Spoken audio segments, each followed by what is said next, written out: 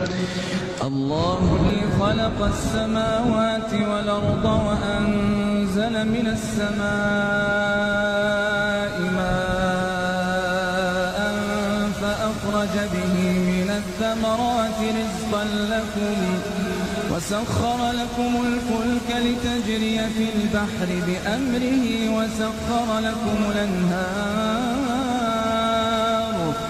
وسخر لكم الشمس والقمر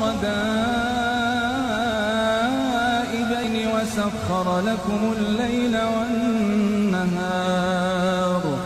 وآتاكم من كل ما سألتموه وإن تعدوا نعمة الله لا تحصوها إن الإنسان لظلوم كفار وإذ قال إبراهيم رب اجعل هذا البلد آمنا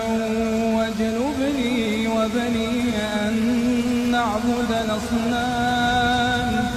رب إنهن أضللن كثيرا من الناس فمن تبعني فإنه مني ومن عصاني فإنك غفور رحيم ربنا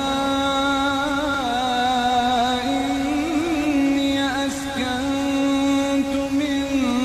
ذريتي بواد غير ذي زرع عند بيتك المحرم